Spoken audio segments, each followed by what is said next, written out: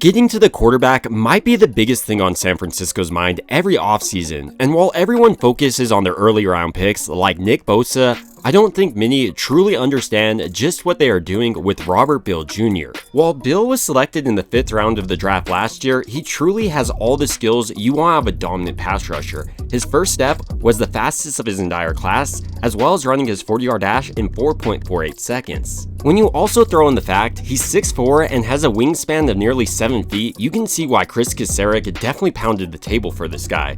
And headed into his 2nd year, I wouldn't be surprised if he set the entire league on fire. So in this video, I'm going to examine some of Robert Beal Jr.'s film from last year and how his athleticism, as well as the coaching from Kris Kocurek, is already standing out on tape, and how this might project to him being an absolute monster this upcoming season. Perhaps one of the most important things a young rookie can do is stop the run as well as getting outside contain, and Robert Beal Jr. surprised me in this aspect during his rookie season. You can really see on this play how Robert Beal Jr. does an excellent job of actually squeezing this gap as well as keeping that outside contained on Carson Wentz, and finally once he determines Carson Wentz actually did hand it off, he's pretty quick helping get this running back down on the ground. Or in a similar way on this Commanders game, you can see how Beal isn't just shooting in recklessly, he really gets outside contained first. And that's something I really love out of this young rookie. I see plenty of defensive ends just trying to go to the ball carrier, but I also see those same defensive ends just being burned on reverses.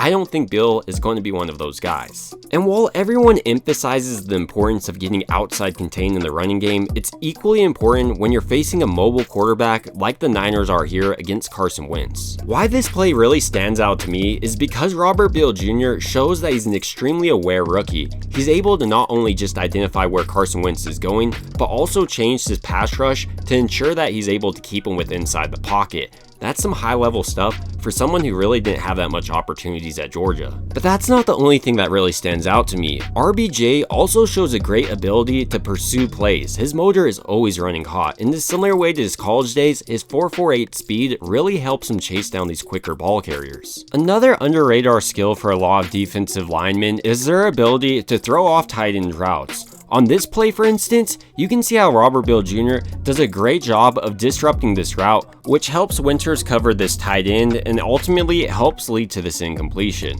Throughout the year, I also thought Robert Beal Jr. did a better job of understanding how to use his length and hands to his advantage. On this play versus the Commanders, for instance, I want to focus how Robert Beal Jr. set up the swim move. First, Beal does an excellent job of engaging with his long arms. He then walks out his arms and drives this tackle upfield in a hurry. And once all the tackle's momentum is going that way, he almost uses a judo throw in combination with the swim move to try to get to the quarterback, and it's extremely effective.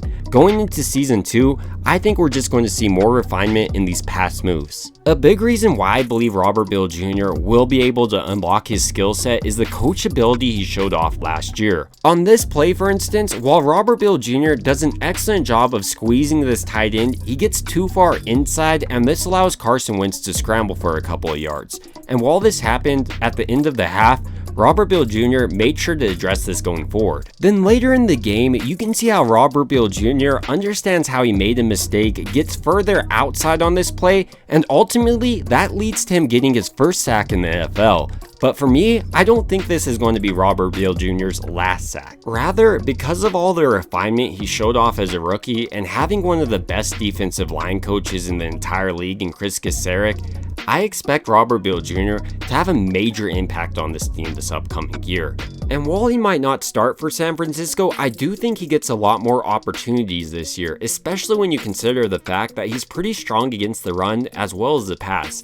And considering he's spent another offseason in an NFL locker room, he should have added mass and strength. Overall, when we're looking at Robert Beal Jr. as a player, he has the potential to become great in this league. He reminds me of a guy like Dee Ford, who San Francisco had a lot of success with. The only question will really be if Kris Kocurek can actually unlock his full potential. While he's taking great steps in becoming more refined as a player, going into year 2, I want to see him get a little bit better with his hand placement and eliminate some of those rookie mistakes I pointed out. But ultimately, these are just my thoughts about Robert Beal Jr., and I'd like to hear your thoughts down below and who you think will really stand out this season. It would also mean a ton if you liked and subscribed, and as always, I hope you guys have a great rest of your day.